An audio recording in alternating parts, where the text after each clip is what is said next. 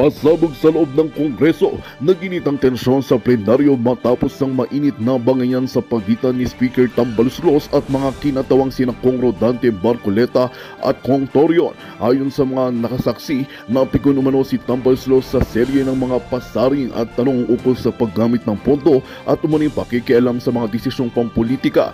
Hindi na nakapagtimpi ang Speaker at nauwi ito sa matinding palitan ng salita.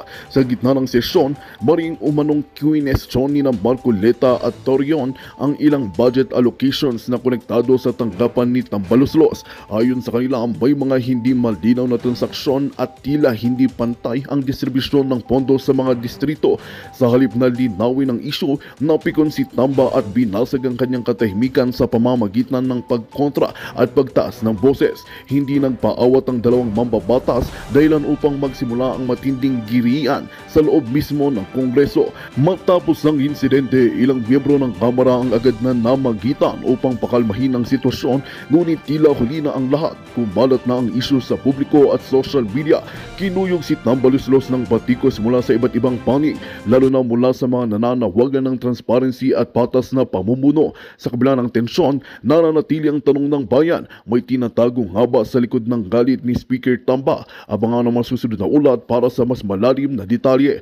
At iyan nga ang balitang ating pagkakatutukan. Ngunit bago ang lahat, siguraduhin mag-subscribe at ihitang notification bell para sa patuloy na pagtutok sa mga silap ng bagong balita dito lamang sa tunay na boses ng masa.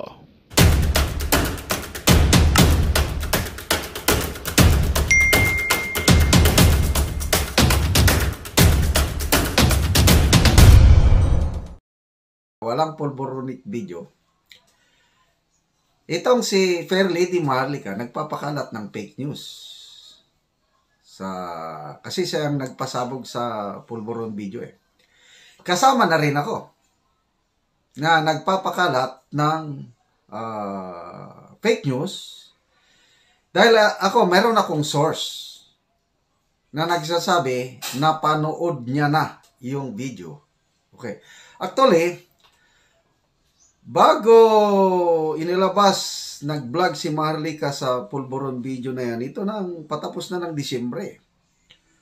Mga 2 months ago, October, itong aking source, nagsabi na siya sa akin na, "Sir, napanood ko si Kuting nagpupulboron." Sabi niya, may isa pa, si Aswang, sabi niya, "Panood ko, malaswang video." Yung kanyang mga revelation sa akin. So ako, yung training namin sa military intelligence is, those are just plain informations. Ipraprocess. Kaya hindi ko pinansin yung October pa na sinabi sa akin ng aking puting ahas na napanood niya si Kuting na nagpupulboron. That was October. Tinabi ko lang. And then, ito na nga, yung pasabog ni Madam Marlica, sunod-sunod yung kasama si Kuting sa narcolist ni PRRD noong 2017. Kailang nakiusap si Senator Amy na tanggalin, wag na lang i-announce. And then, sumunod yung pulboron video. So ako, nag-content na rin ako sa pulboron video. Sinubukan ko lang. Analysis lang. And then, ito na. Yung other sources. Kasi ganon kami sa military intelligence. Dapat ma-confirm ng other sources. Yung kay Jason yung post niya sa kanyang Facebook page na hindi na ako excited sa makita yan, video na yan, ng isang mama na puno ng pulbos ang kanyang bibig at gilagid. Patapsing, pasaring. But I know kung anong kalidad, anong batikang journalist itong si Jason Sa.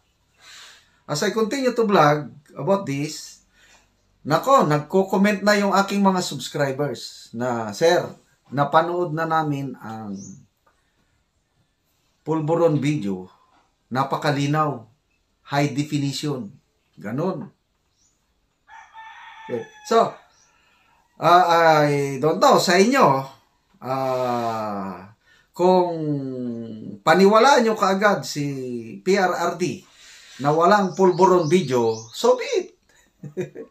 Kung nagpapakalat kami ni Maharlika ng fake news, di nasa inyo yun. Huwag na kayong manood sa amin dalawa ni Maharlika at iba pa na vloggers na ano. Ganyan lang yan. Okay, ito. Yung aking puting ahas, siya na mismo ang nag-text sa akin. Inunahan niya na ako kasi nagplaplano ako, tanungin ko siya, anong masasabi mo itong statement ni PRRD na walang pulburon video? Yun sana ang tatanong ko. Siya na ang ginawa niya, nagpadala siya ng video, si Banat Bay ang nagsasalita dito tungkol sa pahayag ni PRRD na walang pulburon video. Sabi niya, panoorin niyo sir, yan, video, tawa ako ng tawa dito. Kasi sa group chat namin, alam namin ang totoo. So, may group chat sila na nakakita sa pulburon video. Okay? Tawa kami ng tawa, sabi niya. Ano pa yung sabi niya? Basta alam ko ang totoo. Okay? Anong malay natin, sabi niya, kung bakit ganon ang sinabi ni PRRD? So, let us respect that. Wow, tama. Respect that. Maraming problema ang kinakaharap ng mag-ama. Kaya, umiwas mag-comment. Ito, nag-respond ako. Meaning, sabi ko, parang siningil ko na siya. Meaning, ikaw mismo nakapanood sa video. Masasabi mo ba na tunay na video? Tunay na mayroong video, sabi ko. Plus, yung pamangkin mo na PMA graduate na nakapanood din. Pinapatunayan nyo na may video? Sabi niya, yes sir. Okay. So ako, naniwala, buo ang tiwala ko dito sa aking puting ahas nito. Na ano ko na siya, na evaluate ko na siya na hindi siya nagsisinungaling. I stand to itong mga kanyang revelation. Ito na yung aking analysis. Malalim dumiskarte si PRRD. Baka patibong lang yang statement niya na walang video. Yun na yung aking assessment. Mamaya yan ang i-discuss ko, yung patibong. Nako, sumagot itong aking puting ahas. Napakagaling niyang mag-analyze. Pakinggan nyo ha, sabi niya. Oo naman po. Ako man sir, ganun din ang sasabihin ko. Mayroon akong kaibigan na lawyer. Nako, pwede niyang paikot-ikutin ang mga bagay-bagay na magsot sa kanyang gustong mangyari kasi abogado eh. Hindi basta gagalaw o magsasalita si PRRD without thinking. At bago ma-interview yan, may mga pauna ng discussions. Ganon. I totally agree, sabi ko. Kasi malalim mag-isip itong si PRRD. Tingnan nyo na lang nung bago siya magkandidato. Sabi niya, ayoko. Sinuspend niya ang buong bansa. Last minute, nagkaroon ng replacement. Ganon po katindi mag-isip si PRRD. Ito, may bago akong nabuong picture. Kaya hindi ko muna i-discuss ang detalye. Bakit biglang pumayag itong Duterte family na nagkandidatong Vice President si Mayor Inday Sara na siya ang nangunguna sa lahat ng survey.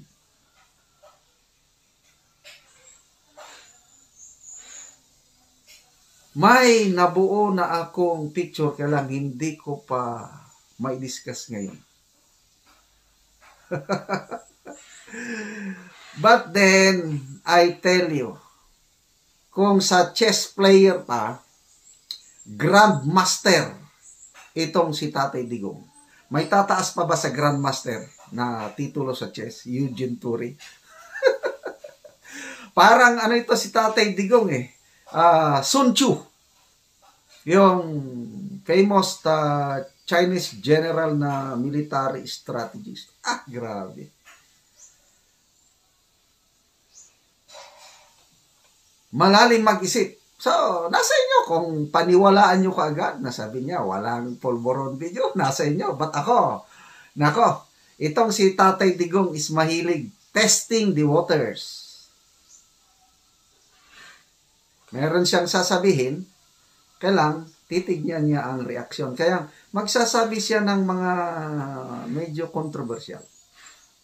Ngayon, naiintindihan ko na, bakit nung kampanyahan pa last year, yung patapsing-tapsing lang yung sabi niya na may kandidato yan, na polboronic, nagko-cocaine, weak leader, yan, hindi niya pinangalanan. Naintindihan ko na, mayroong malalim na rason. Ay, nako. Ang sarap itong mga, Okay, so, sabi ko, totally agree na talagang malalim bago magsalita si Digong, sabi nitong aking puting ahas, pinag-isipan niya bago siya magsalita. Ganun. He's a thinking president. Totally agree. Okay, ito. Yung kanyang analysis, ang galing. Alangan naman, pakinggan nyo ito Alangan naman, sir, na pasasabugin mo ang bomba sa lugar at oras na aware ang kalaban. Mag-ingat sila kapag tahimik na ang paligid nila. Ang pagpalabas sa issue ng video is a way of telling BBM, let go, para tumahimik ang lahat. They are actually giving BBM a graceful exit. At kung hindi niya tatanggapin ang offer na graceful exit, bomba. Asa naman yun? Bomba ang babagsak sa kanya at sa buong pamilya nila, madadamay, including Manang Aymi's political career. Papayag ba si Senator Aymi at mga anak niya na madawit sila dito? Yan ang tanong. Sabi ko, wow, ang galing ng analysis mo. Tatawagin ko na itong aking ahas na ito, General Ahas. Kasi tukmang-tukma, parehas kami ng line of thinking. Itong ginagawa ni PRRD ngayon, application ito ng Sun Tzu Doctrine. Ano yung sinasabi ni, kung mabasa nyo, The Art of War, libro yan ni Sun Tzu.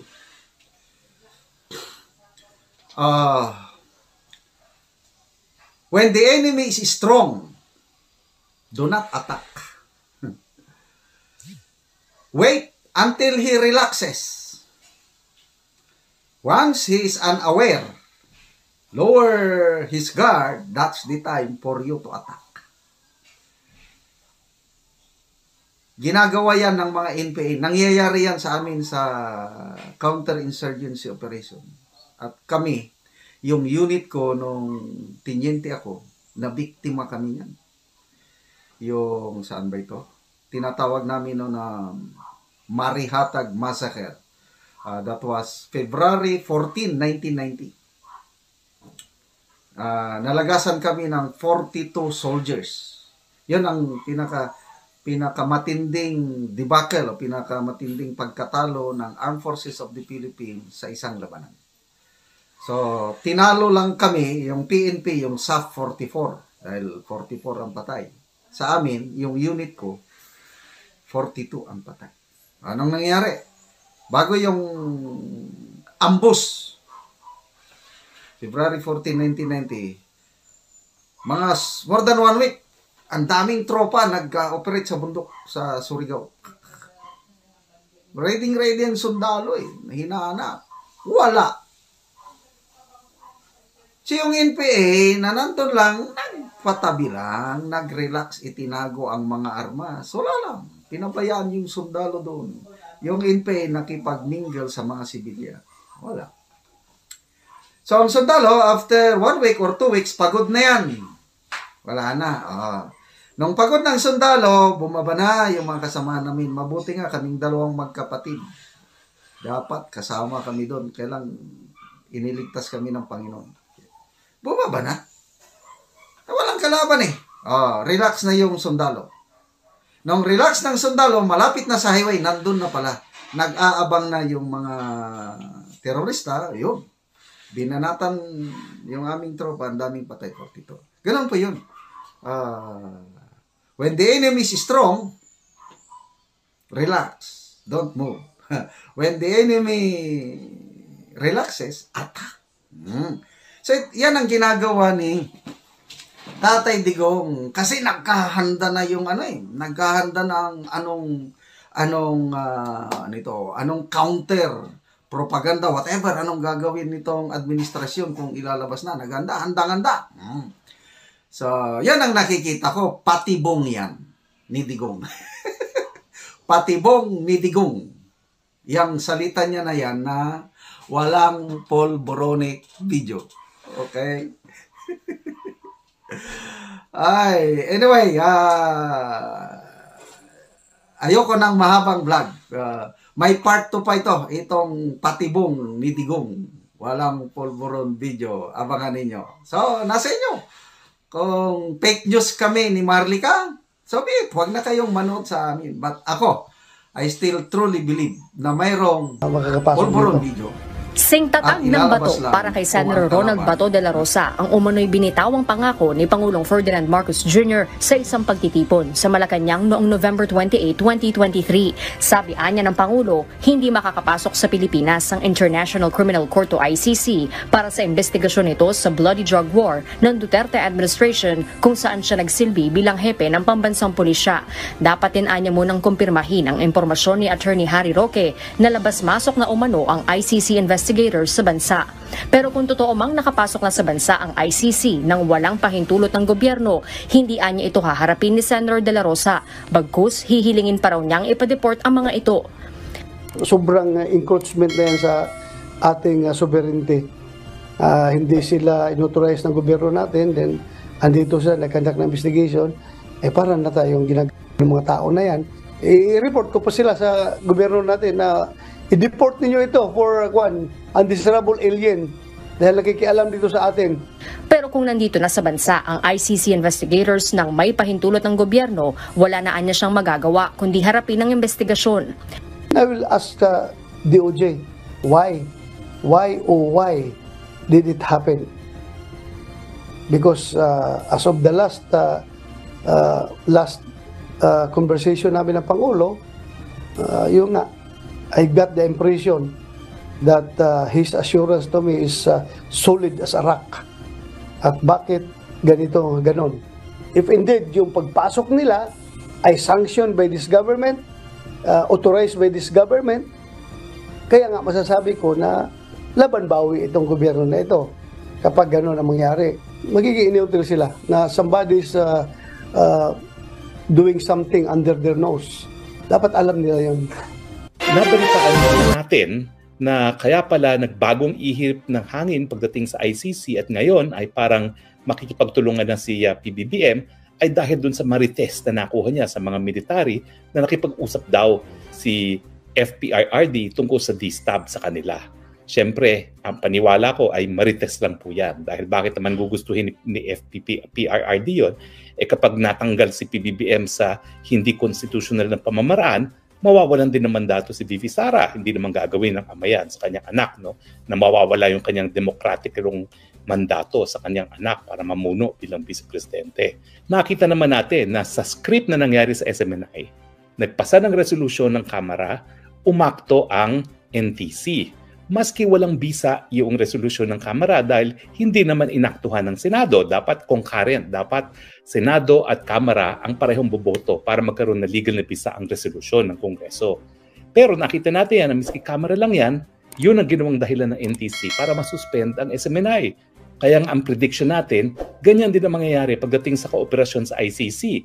Bagamat tanging Kamara de Representante lang ang nagpasa ng resolution para makipagtulungan ang gobyerno sa pag-iimbestiga kay FPRRD at kay VP Sara. Tandaan niyo po ha, mayor din si VP Sara sa Davao nung panahon na iniimbestigahan ng prosecutor ng ICC ang death squad. No? Well, alam niyo po, bagamat hukuman ng ICC, ang totoo niyan, nakasalalay siya sa kooperasyon ng mga estado. Uulitin ko po ha, dahil umalis ang Pilipinas sa ICC noong 2018, nagkaroon ng bisa ang pag-alis niya matapos ang isang taon, 2019. At dapat nagsimula ng investigasyon, preliminary investigation ang prosecutor ng ICC between 2018 and 2019. Kasi kapag epektibo na yung pagbibitiw sa ICC, wala nang obligasyon makipagtulungan. Ang problema mga kaibigan, merong desisyon nga yung pre-trial chamber at appellate chamber ng ICC na nagsasabi na ang kinwestiyon lamang ng Pilipinas yung tinatawag na admissibility. Kung ang lokal na hukuman ay bukas at pwedeng ditisin ng mga krimen na dinadala sa ICC. Pero ang sabi ng ICC, dahil ito lang kinwestiyon ng Office of the Solicitor General ng Pilipinas, inaamin niya na merong jurisdiction. Now, meron pong pagkakataon na questionin pang jurisdiction pero dapat makulong muna ang mga nasasakdal. Yan po yung tinatawag na confirmation of charges. Pero malabo na po yun dahil hindi naman tayo papayag talaga na makarating sa Hague at mahuli ang presidente at si VP Sara. So, dahil wala nga pong sariling mga pulis at process servers ang ICC, nakasalalay ang kanilang investigasyon at pag-aaresto sa mga nasasakdal sa estado na naging membro ng ICC. Now, ano yung mga bagay-bagay na kinakailangan ng kooperasyon? Well, gaya po ng piskal dito sa Pilipinas. Number 1, service of summons sa mga testigo ng prosecutor. Dito po, meron tayong process server, mini-mail yan. At by registered mail. No? At kapag hindi umapir sa piskal, deemed waive yung kanyang preliminary investigation. Isa po yan sa kinakailangan ng ICC na kooperasyon. Kinakailangan isang process server na bibigyan ng otoridad ng DOJ ang magsisilbi ng summons sa mga testigo. Pangalawa, yung subpoena ad testificandum, yung mga dokumento na kinakailangan dalin ng mga testigo, kinakailangan ma-serve din po yan ng process server na bibigyan ng otoridad ng Department of Justice. Yung Department of Justice po ang specified na ahensya na makikipagtulungan sa ICC. Bagamat lahat ng request for cooperation po ay dadaan pa rin sa Department of Foreign Affairs. Pero hindi naman po linya kasi ng DFA ang pag-iimbestiga ng mga kasong kriminal. So dadaan po yan sa DOJ. Summon sa mga testigo, ad testificandum para kunin ang mga records. At saka syempre, summons para dalhin ang mga physical evidence. So kinakailangan din po yan na yung physical evidence ang kukuha yung lokal na otoridad, PNP or NBI at padadala doon sa lab o di naman kaya sa ICC. Pinaka-importante dyan, kapag nagkaroon na ng warrant of arrest, kinakailangan maaresto yung mga nasasakdal. At sinong aaresto dyan? Pulis Pilipinas. Pwede pong Pulis Pilipinas, pwedeng hukbong sandatahan, o pwedeng National Bureau of Investigation. Bakit? Kasi nga, ang sabi ko nasa loob na ng Pilipinas ang mga investigador. Nag-i-interview na sila ng mga witnesses. Yung mga abogado na nagre-represent sa mga di umano mga biktima, meron doon mga affidavit at sinabit na at sinabihan na sila kung paano dapat i-presenta ang kanilang mga affidavits para nga masustain yung finding na merong probable cause doon sa stage ng preliminary investigation na hindi naman po nagkakaiba sa Office ng Fiscal dito sa Pilipinas. Pero ano po pagkakaiba ng PI sa Pilipinas at preliminary investigation sa ICC? Well, unang-una po, hindi siya statutory right. Dito sa Pilipinas, karapatan ng nasasakdal na dumaan sa proseso ng preliminary investigation para yung mga walang ebidensya, hindi na maaaksaya ang pera at panahon sa pagharap o pagbibigay ng depensa sa hukuman kung hindi naman magwawagi ang ating mga piskal sa hukuman. Ngayon nga ay pinataas pa. Likely success of conviction, hindi lang probable cause. Mas mataas pang hinahanap ng mga piskal ngayon kasi kung probable cause, pwede pang matapon yan for reasonable doubt or for lack of evidence. Now, hindi talaga magagawa ng ICC ang pag-aresto kasi walang pulis ang ICC. So dyan po talaga pinaka-importante ang kooperasyon. Yung investigasyon kasi po pwedeng tuloy-tuloy na. Unang-una, hindi naman kinakailangan isamon pa ng ICC yung mga testigo. Nagboluntaryo na nga sila. Nagpunta na sila sa Hague at pabalik-balik na ilan sa kanilang mga abogado kasasubmit ng mga affidavits. Kasi affidavits lang naman po yan. The basis of affidavits, magdedesisyon na kung merong probable cause. No? Ang talagang importante sa kooperasyon, yung paghuli. At dyan nga po talaga magkakagulo. Hindi naman po ako nagsabing una niya. No? Sinabi na yan ni Senator Amy Marcos na talagang magkakagulo kung talagang magko-cooperate ang Pilipinas ICC dahil ibig sabihin yan, abay pulis Pilipino pa, NBI or hukbong sandatahan pa ang mag-aaresto sa mag-amang FPRRD at VP Sara. Dahil nga, kung wala naman silang pulis, hindi sila maaresto. Ang mga Amerikano naman, hindi po pwede mag-aresto. Bakit? Hindi nga sila miyembro ng ICC eh. Nagkaroon pa sila ng batas na kapag ang isang Amerikano ay linitis ng ICC, merong otoridad ang Amerika na lusubin ang Hague. Magpapadala ng hukbong sandatahan ng Amerika kapag isang Amerikano kinulong at linitis ng ICC. Pero tayo nakakalungkot dahil nagbago nga ang tono ng ating presidente mismo, bagamat inamin niya nung una na talagang labag sa soberenya kapag pinayagan natin na ang ICC magkaroon ng jurisdiction, ngayon ang tono po ay pag-aaralan. Yan nga po ay dahil nga doon sa sinabi ko na parang naniwala si PBBM sa Marites na sana naman ay ma-realize niya ay walang katotohanan. So, sa level ng investigasyon, service of summons para humarap ang mga testigo, service of summons ad testificandum para dalhin ang mga dokumento, tsaka syempre other physical evidence at ang pinaka-importanting kooperasyon ay yung pag-aaresto sa mga nasasakdal. Kaya nga po nakakalungkot kung totoo talaga yung balita na makikipag-cooperate na tayo. Pero ang sabi ng aking bubuit, pagdating daw ng kalagitnaan ng January, magkakaroon ng magandang balita ang hatid namin sa inyo ngayong araw. Sa pagtatapos ng aming balitaan, nagbigay kami ng mga mahalagang impormasyon. Maraming salamat sa pagtutok at pagsuporta sa aming programa. Huwag kalimutang manatili sa mga susunod na araw para sa mga bagong balita at mga kwento na dapat nating abangan. Mula sa Boses ng Masa, magandang araw Pilipinas!